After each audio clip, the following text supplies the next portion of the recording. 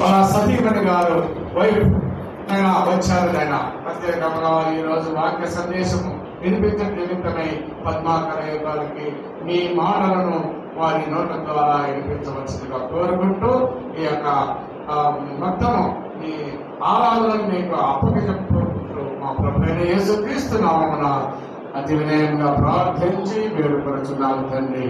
మన మధ్యలో ఉన్నటువంటి పద్మాకరయ్య గారు వచ్చి వాక్య సందేశాన్ని మాకు అందించవలసిందిగా మనం చేస్తున్నాం.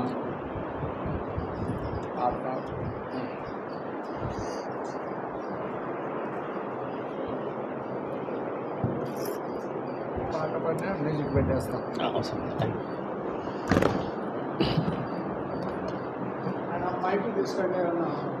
సకల ఘనత మహిమ ప్రభావము సర్వాధికారి సర్వశ్రేష్ఠుడు సర్వంతర్యామి సర్వజనులకు దేవుడు ఆయనే సర్వజ్ఞాని ఏకైక మంచివాడు ఆ దేవునికే చెందునుగాక. ఈరోజు నాకెంతో సంతోషంగా ఉంది. ఈ సంఘం ఇంత అద్భుతంగా ఇక్కడ మనమంతా కూడుకోవడానికి ఈ డెకరేషన్ అయితేనేమి, ఈ లైట్స్, ఈరోజు వాతావరణం కూడా చాలా చక్కగా ఉంది. మీ అందరితో దేవుని వాక్యాన్ని, దేవుని మాట, దేవుని కుమారుడైన యేసయ్య నోట, అదే మాట నా నోట, మీ నోట, అందరి నోట కావాలి. ఎందుకంటే బైబిల్లో చాలా మాటలు ఉన్నాయి. చాలామంది ప్రవక్తలు, భక్తులు, రినౌండ్ విఐపీస్ ఉన్నారన్నమాట బైబిల్లో. వాళ్ళందరూ చెప్పిన మాటల కంటే యేసయ్య తండ్రి కుడిపార్శ్వమున కూర్చున్న కుమారుడైన యేసయ్య చెప్పిన మాటలు సినాప్టికల్ గాస్పల్స్ అంటారు అన్నమాట. మత్తయి అంటే మత్తయి, మార్కోస్ అంటే మార్క్, లూకాస్ అంటే లూకాసు వార్తలు. ఈ మూడు దాంట్లో ఏకరీతిగా ఉంటాయి. ఒక చోట చెప్పినవే మళ్ళీ ఇంకొక చోట రిపీట్ చేసినట్టుగాను ధృవీకరించినట్టుగాను ఉంటాయి. ఆ మాటలు కొండ మీద ప్రసంగం తర్వాత యేసయ్య అంటాడు, ఈనా మాటలు విని దాన్ని మీరు గైకొనేట్లా మీరు బండ మీద ఇల్లు కట్టుకున్నటువంటి వారి వల్ల బుద్ధిమంతుని వలె ముందురు అన్నాడు. అదే మాటలుగా స్ఫూర్తిగా తీసుకుంటూ, అదే మాటలు కాకుండా ఇంకా వేరే మాటలు ఏం లేకుండా దాంట్లో ముఖ్యంగా మత్తయి సువార్త 3వ అధ్యాయంలో పరలోక మర్మాలు ఉపమాన రీతిలో, చాలా ఉపమానాలు ఉంటాయి, ఉపమాన రీతిలో చెప్పిన పరలోక మర్మాలు కొన్ని మనం టచ్ చేసుకుంటూ అసలు మనం ఎవరం, దేవునికి మనకు ఏం సంబంధం అనే విషయాలతో మొదలు పెడుతూ ఒక చిన్న మాట చెప్తున్నాను. మత్తయి సువార్త 10:20 ఏమంటుందంటే, మాట్లాడుతున్నది నేను కాదు, నాలో ఉన్న దేవుని ఆత్మ అని యేసు చెప్తాడు. మాట్లాడుతున్నది మీరు కాదు, మాట్లాడుతున్నది మీలో ఉన్న దేవుని ఆత్మ. అదేవిధంగా లూకాసు వార్తలో 12:12లో మాట్లాడుతున్నది మీరు కాదు, మీలో ఉన్న పరిశుద్ధ ఆత్మ అని యేసు చెప్తాడు. అదేవిధంగా దేవుడు నన్ను మరుగుపరిచి తన వాక్యం, తన నీతి, ఎందుకు మరి మనమంతా ఈరోజు కలుసుకొని ఈ శుభవచనాన్ని మనము ఈ యొక్క దేవుని మాట తేనె కంటే మధురమైనది. తేనె గురించి మీకు ఒక విషయం తెలుసా? తేనె మళ్ళీ మనము జీర్ణం చేసుకోవాల్సిన అవసరం లేదు. అది ఆల్రెడీ ముందుగానే తేనెటీగలు దాన్ని జీర్ణం చేసుకొని స్వచ్ఛమైన ఆహారాన్ని మనకి అందిస్తాయి అన్నమాట. స్వచ్ఛమైన తేనె తింటే వాడికి ఏ రోగం ఉన్నా కానీ పోవాల్సిందే. అలాంటి దేవుని మాట, స్వచ్ఛమైన దేవుని మాట యేసయ్య నోట. ఇప్పుడు దేవుడు ఎవరు అంటే, ఇందాక అసలు ఈ సంఘంలో ఇంకొకటి నచ్చిన విషయం ఏంటంటే, ప్రతి ఒక్కరు నోరు చేస్తే పాట పాడితే ఆ కోయిల పాట పాడినట్టుగా అసలు ఎక్కడ మిస్టేక్స్ కనుక్కోలేదులాగా ఉంది.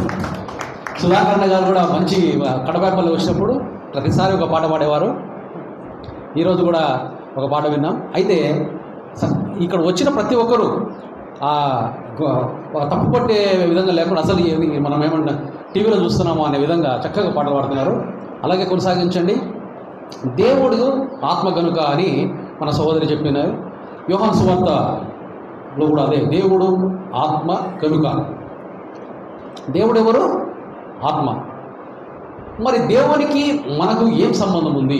ఆదాము హవ్వలను సృష్టించినప్పుడు మనల్ని కుమారునిగా కుమార్తెలుగా దేవుని ఆత్మకు నిలయాలుగా మనల్ని తయారు చేశాడు. అంటే దేవుని ఆత్మ, ఇప్పుడు ఆలయం అంటాం కదా, ఆ ఆలయమే దేవుని ఆత్మ నివసించడానికి మనం తయారు చేసుకున్నాం. అయితే ఆజ్ఞ అతిక్రమించిన తర్వాత ఏం జరిగింది? దేవుని ఆత్మ మన నుంచి వెళ్ళిపోయింది, అంటే ఆదాము హవ్వల నుంచి వెళ్ళిపోయింది.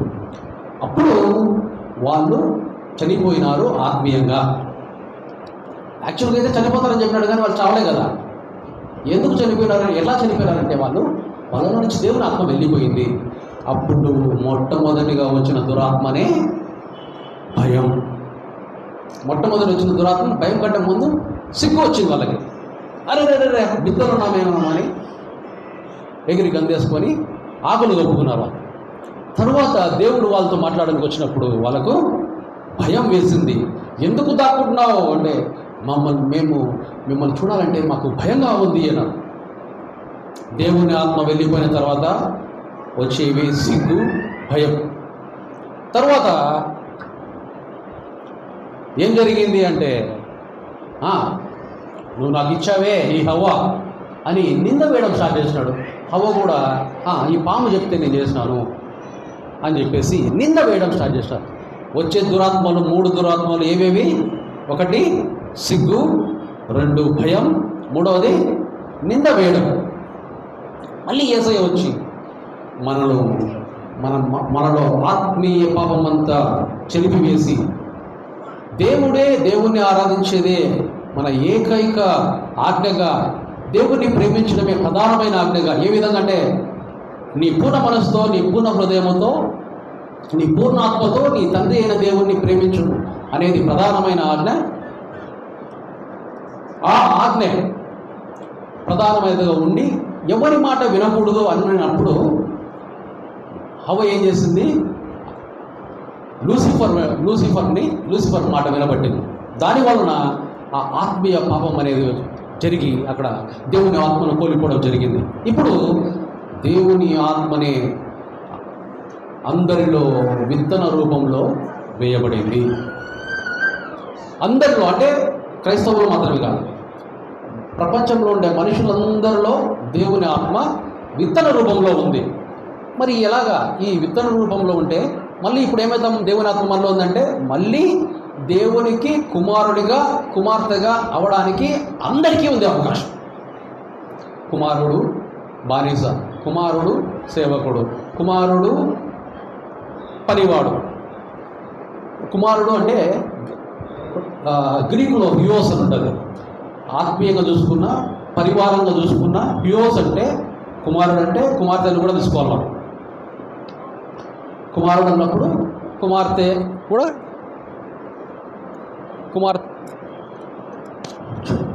కుమార్తెను కూడా మనం తీసుకోవాల్సి ఉంటుంది. అయితే ప్రైజ్ లార్డ్, హల్లెలూయా, హల్లెలూయా.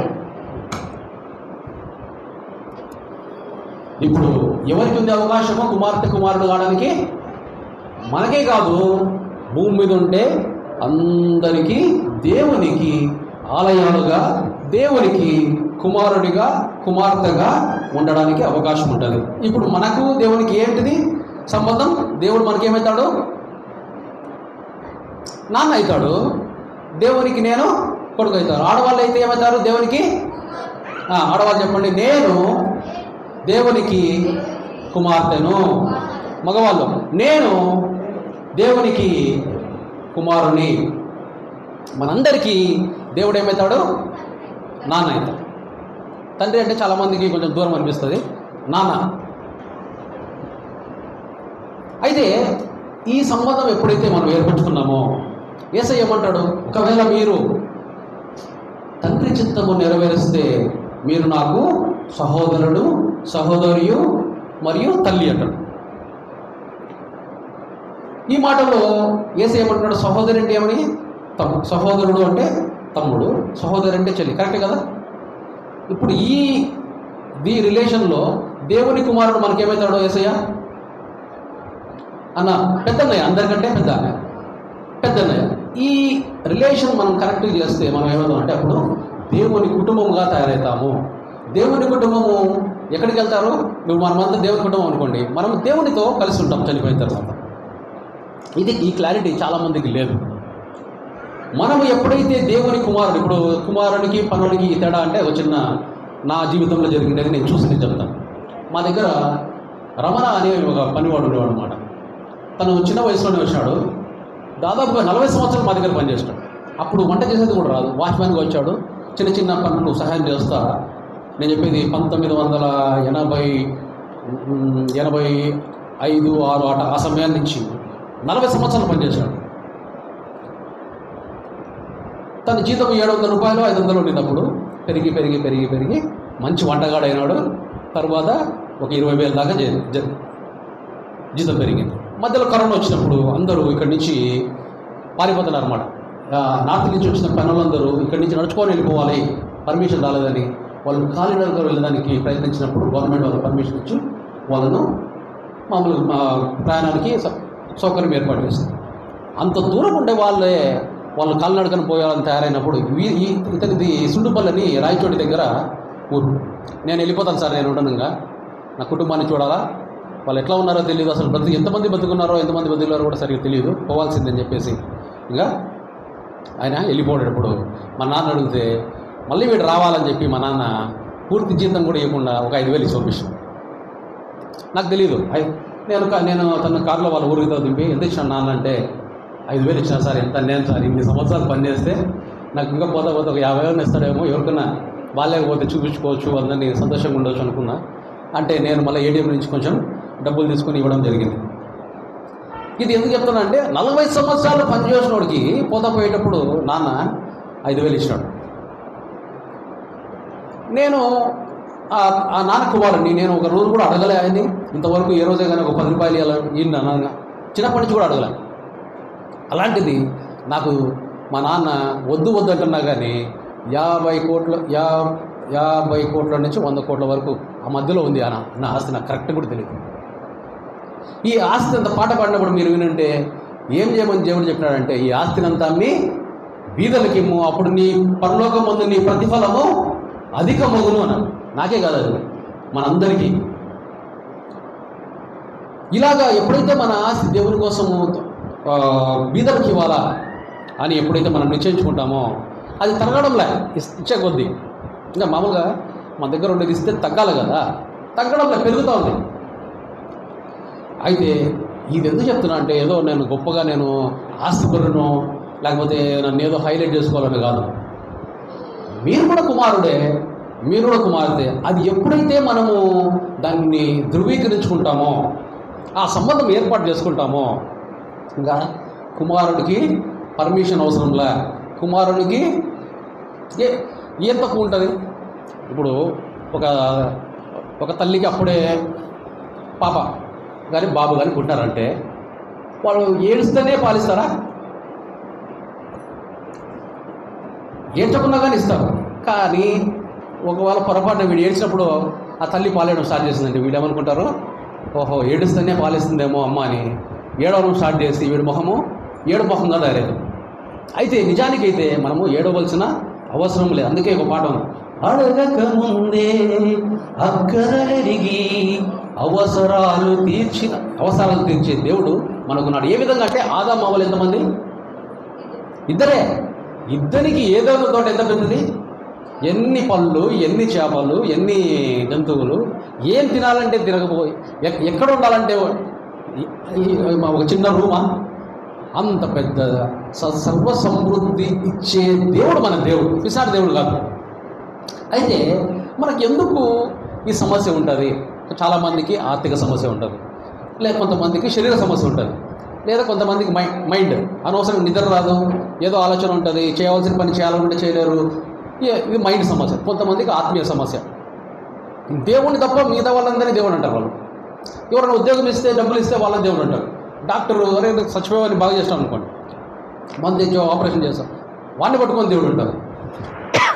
ఇలా ఎవరిని పట్టితే వాళ్ళని దేవుడు అనే పరిస్థితికి అది ఆత్మీయ వ్యభిచారం, విగ్రహారాధన అంటారు. ఎవరినే కానీ అసలు మీరు నాన్న తండ్రి అని పిలవద్దు అని చెప్తాడు యేసయ్య. మీకు తండ్రి ఒకడే, ఆ దేవుడే మీ తండ్రి. మీకు గురువు ఒక్కడే, ఆ గురువు నేనే అని చెప్పేసి నేను కాదు, యేసయ్య తన గురించి చెప్తాడు. అయితే ఈ విధంగా మనము ఎవరినే కానీ ఈ యొక్క నేను చేసే ప్రయత్నం అంతా మిమ్మల్ని దేవునికి ఏ విధంగా యేసయ్య దగ్గర ఉంచాలా అని చెప్పి దేవుని ప్రణాళిక ఏదైతే ఉందో ఆ ప్రణాళికని మీకు చెప్తాను, అంతే విడమర్చి చెప్తాను. అయితే మనము దేవుని కుమారులుగా అయినప్పుడు ఏమవుతుందంటే మనము ఆత్మీయ కనులు, ఆత్మీయ చెవులు తెరవబడతాయి. తెరవబడకపోతే బైబిల్ చదివితే ఎట్లుంటుందంటే అది ఒక పరిశుద్ధ బుక్. దాంట్లో నుంచి మనం చదివితే మనకు ఆదరణ వస్తుంది, మనకు కరుణ లభిస్తుంది, మనకు ఇంకా ఏదో లభిస్తుంది. లభించేది ఏమవుతుంది, మనకు ఆల్రెడీ దేవుడు అన్నీ ఇచ్చేసినాడు. ఇంకా మనల్ని దేవుడిని మనం అడగాల్సిన అవసరం కానీ ఏదే కానీ లేదు. ఏమన్నాడు యేసయ్య మత్తయి 5వ అధ్యాయంలో, మీరే లోకానికి వెలుగై ఉన్నారు, మీరే లోకానికి ఉప్పై ఉన్నారు.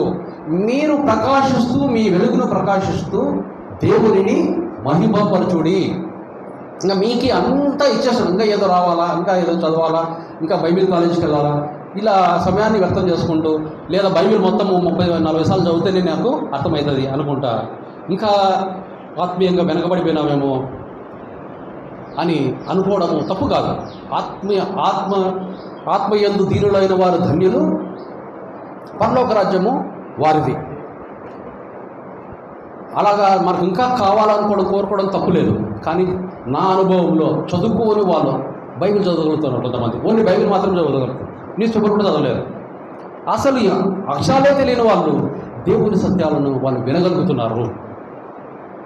ఎందుకంటే మనకు దేవుడు అతి దగ్గరగా, ఎంత సమీపంగా ఉన్నాడు, పక్కన లేడు, లోపల ఉన్నాడు.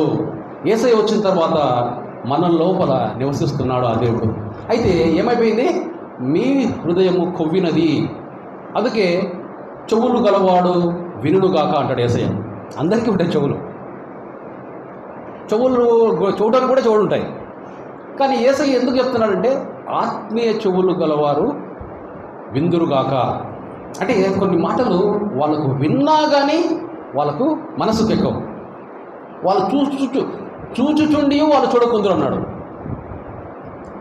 మత్తయి సువార్త 13వ అధ్యాయంలో.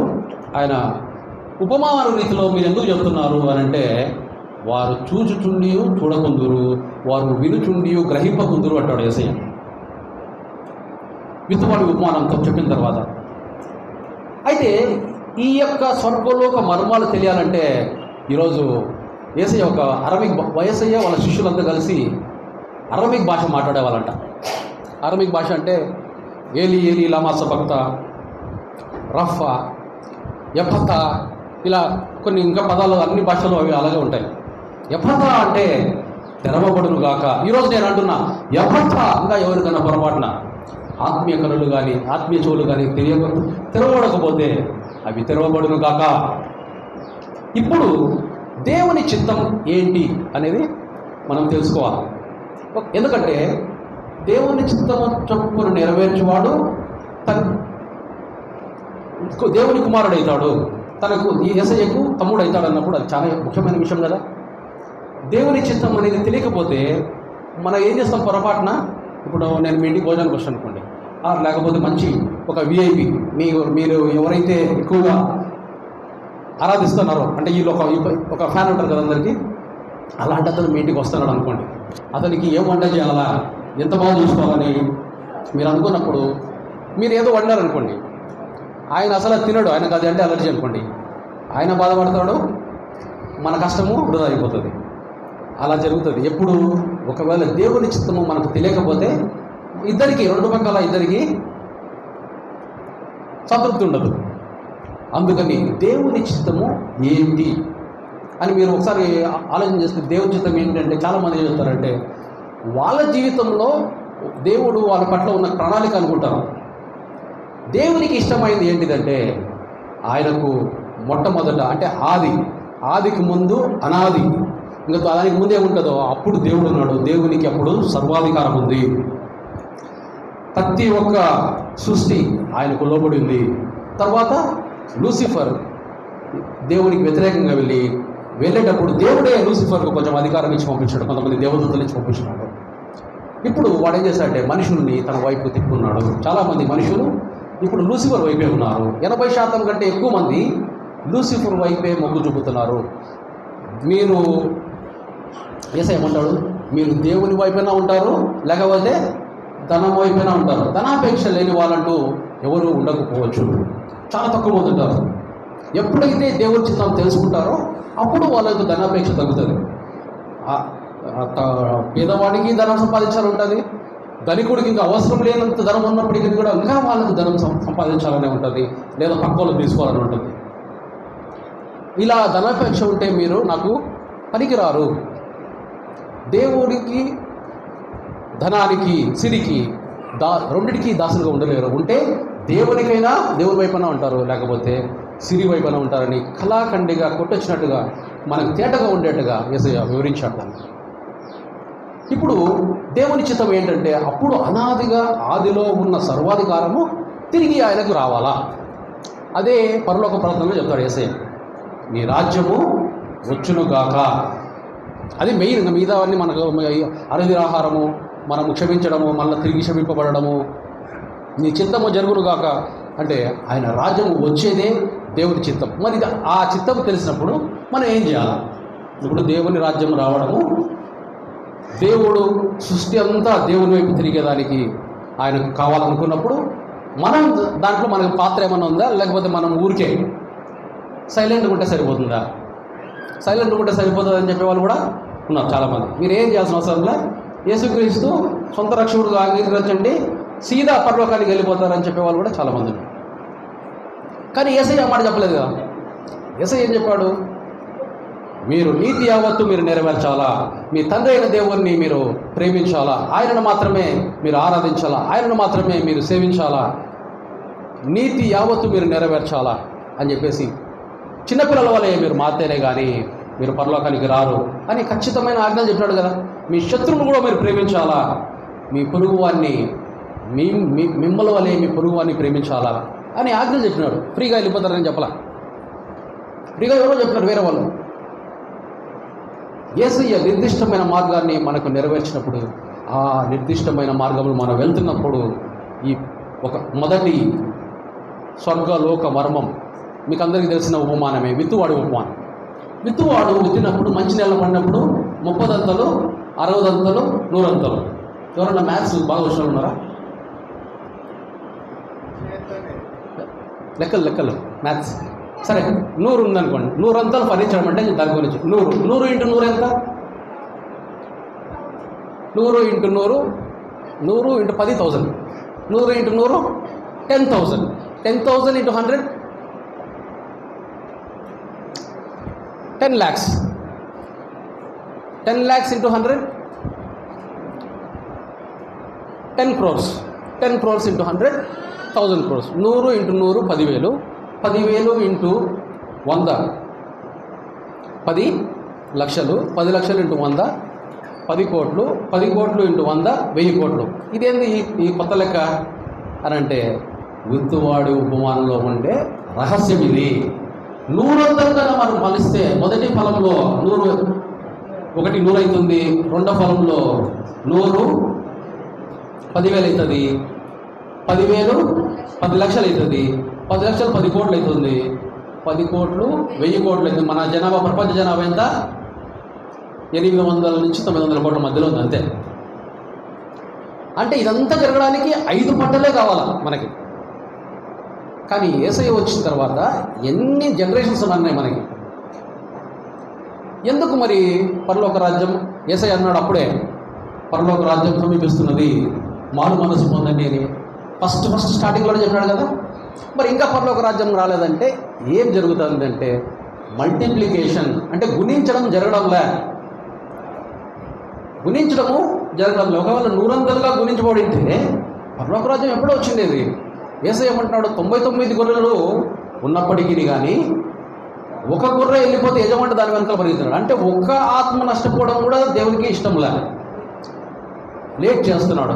ఎవరు లేట్ చేస్తున్నారంటే దేవుడు పరలోక రాజ్యాన్ని ఎక్కడో లేదు, మీ మధ్యలోనే ఉందంటే ఈ 1000 కోట్ల మంది దేవుని వైపు తిరిగినప్పుడు ఆ పరలోక రాజ్యం ఇక్కడే ఉంది. ఇప్పుడు మనం ఏం చేయాలి? ఇంకా నాకు ఏదో నేర్చుకోవాలి, ఇంకా నేను ఏదో తెలుసుకోవాలి, ఇంకా నాకు ఎవరో నేర్పించాలి. ఇక్కడ ఓన్లీ సుధాకర్ గారు లేకపోతే విజయభాస్కర్ గారు ఇంకో ఎవరో వాళ్ళ దగ్గర నేర్చుకోవాలా అని అనుకుంటే ఇంకా ఎప్పటికీ మనకు కొరతగానే ఉంటుంది. నత్తివాడిని వాడుకున్నాడు దేవుడు, మూగవాడిని వాడుకున్నాడు, గుడ్డివాడిని వాడుకున్నాడు ఆయన సేవ కోసం, కుంటోలను వాడుకున్నాడు, వాళ్ళను బాగు చేసి వాడుకున్నాడు. మనలో ఉండే లోపం ఏదైనా కానీ ఆ లోపాన్ని సరిచేసి పరిపూర్ణంగా చేసి మనల్ని వాడుకునే సంపన్నుడు మన దేవుడు. అయితే సిద్ధపడగలిగి ఉన్నామా లేదా అనేది మనం పరీక్షించుకోవాలి. ఇప్పుడు ఇది అత్యంత మనం అసలు ఈ భూమికి పంపించబడిందే దీనికోసం. మీరు ఆలోచన చేయండి. మిగతాది సంపద సంపాదించుకోవడానికి, పిల్లలు కనడానికి, తర్వాత మనల్ని రక్షించుకోవడానికి, ఇల్లు కట్టుకోవడానికి, తర్వాత ఇతరులతో యుద్ధం చేసి మనము మన స్థితిని పెంచుకోవడానికి,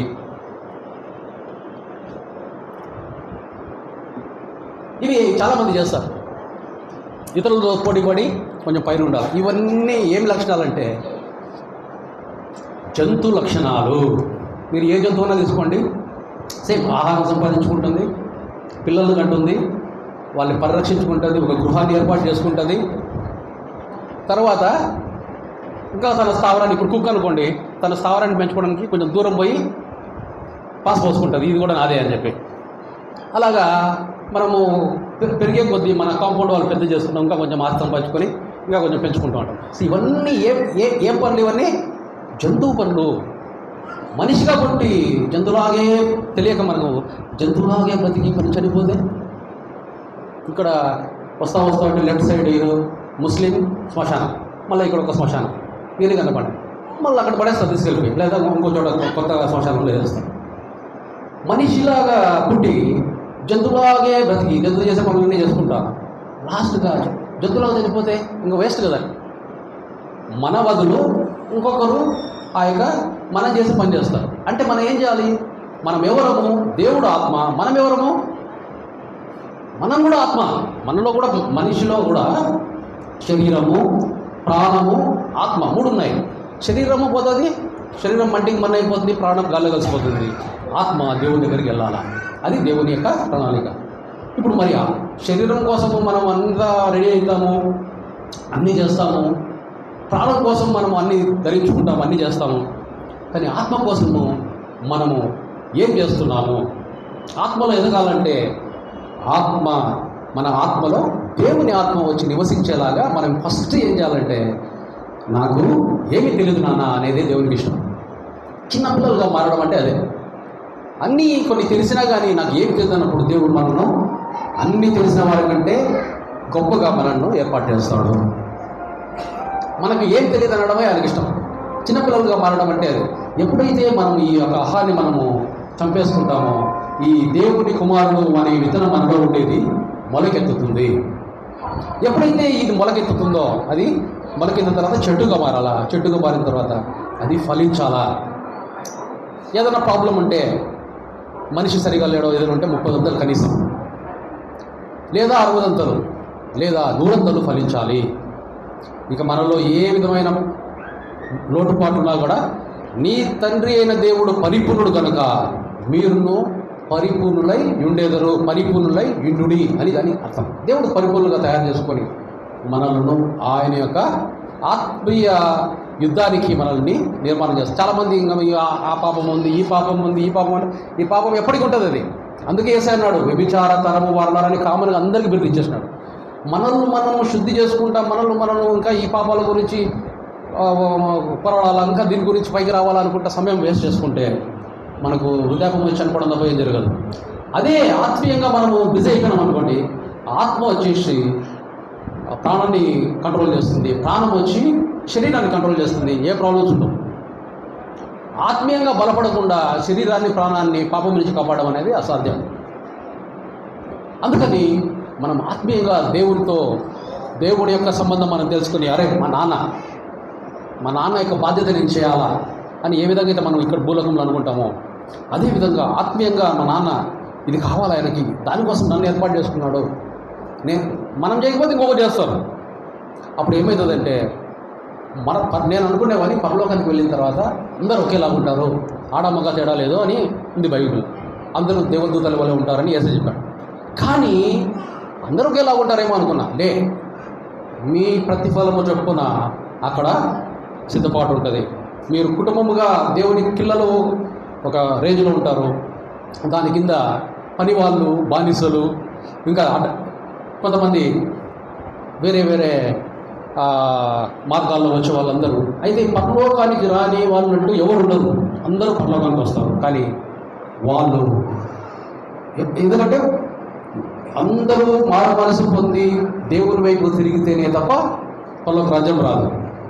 పరలోక రాజ్యం ఈ అందరూ మారు మనసు పొందిన తర్వాత లూసిఫర్ ప్రధానమైన శత్రువు దేవునికి, వాడిని కూడా క్షమిస్తాడు దేవుడు.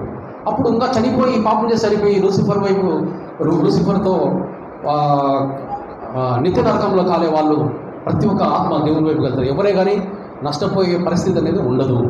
ఇప్పుడు కాకపోతే ఇంకొక జనరేషన్, మన నెక్స్ట్ జనరేషన్, మన ఆ తర్వాతనో ఎవరో ఒకరు చేస్తారు. కానీ మనము దానికోసమని పాటుపడడం వలన దేవునికి దగ్గరగా యేసయ్య తండ్రి కుడి పార్శ్వమున కూర్చుంటాడు.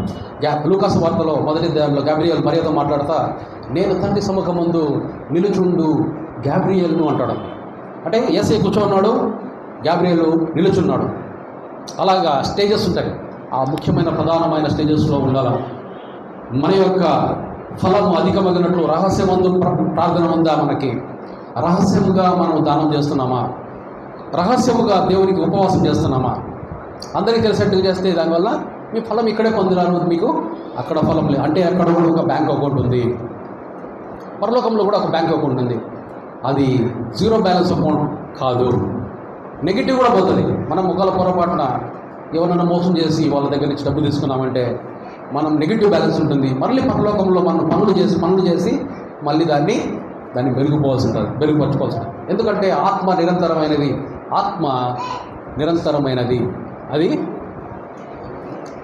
అది మన క్రైస్తవత్వంలోనే కాదు, ప్రతి ఒక్క రిలీజన్లో ఆత్మ నిరంతరమైనదని చెప్పబడింది. సో ఇప్పుడు మనం ఎంత శ్రేష్టం అంటే ఈ సువార్త అనేది, సువార్త అంటే దేవుడు మిమ్మల్ని ఇంతకుముందు కోపడ్డాడు, మిమ్మల్ని దూరం చేసుకున్నాడు, మిమ్మల్ని ఇప్పుడు కుమారులుగా కుమార్తెలుగా చేస్తున్నాడు అనేది సువార్త. ఈ సువార్త మనకు ముందు తెలిసింది. ఇప్పుడు మిగతా ఇంతమంది జనాలలో ఫస్ట్ తెలిసింది కాబట్టి మనల్ని దాన్ని ఉపయోగించుకొని దేవునికి అతి సన్నిహితంగా, దేవునికి అతి దగ్గరగా దేవుడు మనలో నివసిస్తున్నాడు అని మనకు తెలిసినప్పుడు ఏదైతే మనకైతే ఆ నిర్దిష్టమైన ఫోకస్ ఉండాలనో, ఎందుకంటే దేవుని కుమారుని చెప్పుకుంటేనే మన జీవితం మారిపోతుంది. మనం ఎక్కడ అడుగు పెడితేనే అక్కడ మార్పు, దయాలు పారిపోవడం, వాళ్ళ ఇంట్లో వెలుగు చీకటి సంబంధమైనటువంటి పారిపోవడం, వాళ్ళ ఇంట్లో ఒక బిజినెస్ దగ్గరికి పోతే బిజినెస్ జరగకుండా పోయే పరిస్థితి పోయి అత్యధికంగా బిజినెస్ జరగడం, ఇలా జరుగుతూ ఉంటుంది అన్నమాట. దేవుడి కుమారులకు కుమార్తెలకు ఇది అందరికీ, ఒకరికి కాదు, ఇది అందరికీ ఉండే గిఫ్ట్. కొంతమందికి తెలియదు అంతే. చేయబెట్టి ప్రార్థన చేస్తాను, ఎటువంటి రోగమైనా బాగుపడు. నేనైతే ఆశ్చర్యపోయేవాడిని. అసలు తిరుపతి క్యాన్సర్ హాస్పిటల్ చనిపోతారు ఈరోజు అని పంపించేసిన అతను తిరిగి బ్రతికినాడు. ఇట్లా చెప్పుకుంటూ పోతే కొన్ని వేలల్లో జరిగినాయి. నాకే నమ్మశక్యము కానీ మా నాన్నకు మోకాళ్ళ ఆపరేషన్ నేనే చేపించిన, ఢిల్లీ తీసుకుపోయేసి. అలాంటిది ఒక ముస్లామే నాకు మోకాళ్ళు నొప్పేస్తున్నాయన్న చాలా సంవత్సరాల నుంచి. ఆమెకు ప్రార్థన చేసిన వెంటనే ఆమెకు బాగా అయిపోయిందంటే నాకు అర్థం కాలే. నాకు అరే మా నాన్నకి నేను చేసినాను, ఈమెకి మోకాలు అరిగిపోయిన మోకాలు ఎట్లా బాగైనాయి అంటే దేవునికి సాధ్యము కానిది అంటూ ఏమే కానీ లేదు. ఇది అందరికీ, కుమారులకు కుమార్తెలకు అందరికీ సంబంధించిన విషయమే. ఎప్పుడైతే మనం కుమారులము కుమార్తెలం అని మనం తెలుసుకుంటామో మనము ఎవరిని చేయించాల్సిన అవసరం లే, దేనికోసం ఎవరిని అడగాల్సిన అవసరం లే. అక్కడ ఒక వాక్యం మత్తయి సువార్త 11:29 ఏమనింది? మీ ప్రాణములకు విశ్రాంతి దొరకనుంది. అదేవిధంగా మత్తయి సువార్త 11:28 ఏమంటుందంటే భారము మోయు సమస్త జనులారా నా యుద్ధకు రండి, మీకు విశ్రాంతి కలిగజేస్తాను. విశ్రాంతి అంటే చావు కాదు, విశ్రాంతి అంటే రిటైర్మెంట్ కాదు. విశ్రాంతి అంటేనే ఆనందం, సంతోషం, పరవశం, ఒక నాట్యం. మన జీవితమే నాట్యంలాగా ఆనందంతో ఏ విధంగా దావీదు వలెనే నాట్యమాడుతూ తండ్రిని స్తుతించెదను అనే అలా పాటలాగా మన జీవితం ఉంటుంది, నాట్యంలాగా మన జీవితం ఉంటుంది. ఆ జీవితం మీరు పొందుకోవాలా. ఇంకా మళ్ళా రేపు చూద్దాంలే, మొన్నటి చూద్దామని ఈరోజే ఇప్పుడే ఇది స్టార్ట్ చేసి ఆ విధమైన జీవితంలో ఆనందంతో సంతోషంతో ఎవరిని చూస్తే అసలు అరే ఎందుకు ఇంత సంతోషంగా నవ్వాడు, వీరికి ఏం ఇద్దరం ఒకటే బట్టలు వేసుకున్నాము, ఎందుకు ఇంత అద్భుతంగా కనబడుతుంది వీళ్ళ మొహం అంటే ఆ లోపల ఉన్న దేవుడు బయట కనిపించినప్పుడు ఆ ప్రకాశవంతమైన వెలుగు వాళ్ళకి కనపడుతుంది. ఒకసారి కడపపల్లకి పోతే ఒక చిన్న పాప, 6 నెలల పాప, ఆ పాప నాతో పాటు వచ్చేస్తూ ఉంటుంది. ఎందుకంటే వాళ్ళకి తెలుస్తుంది, చిన్నపిల్లలకి దేవుడు నా ఎవరిలో ఉందో తెలుస్తుంది, వాళ్ళు అలా మర్చిపోతారు దానికి. అట్లాగా మిమ్మల్ని అందరూ ఇష్టపడతారు. మిమ్మల్ని ఇష్టపడని వారంటే ఉండరు. మీకు ద్వేషం అంటేనే ఉండదు. మిమ్మల్ని మోసం చేసే వాళ్ళని కూడా మీరు ప్రేమిస్తారు, మిమ్మల్ని శపించే వాళ్ళని మీరు దీవిస్తారు, మిమ్మల్ని హింసించే వారి బాగు కోసం మీరు ప్రార్థన చేస్తారు. ఇవన్నీ నేను చెప్పిన మాటలుగా. యేసయ్య మీ శత్రువులను ప్రేమించడి, అప్పుడు మీరు దేవుని కుమారులు అనబడదురు అంటారు. సో మనం దేవుని కుమార్తెలం కాబట్టి ఈ సందేశాన్ని విని మళ్ళీ ఇంకొక సందేశం వస్తుందేమో, ఇంకొకరు ఏదో చెప్తారేమో అని వేచి చూడకుండా ఇదే సరి అయిన తరుణం. దేవుడు మిమ్మల్ని అంతగా ప్రేమిస్తున్నాడు, మీలో నివసించాలనుకుంటున్నాడు. మీరు ఇంకా మీ అమ్మ నాన్న అవన్నీ పక్కన పెట్టి దేవుడే మీ నాన్న అని మీరు ఎప్పుడు తెలుసుకున్నారో మీ జీవితమే ఒక పాట, మీ జీవితమే ఒక ఆనందం, సంతోషం, పరవశం. దేవునికి సకల ఘనత, మహిమ, ప్రభావములు చెందుగాక. ఆమేన్.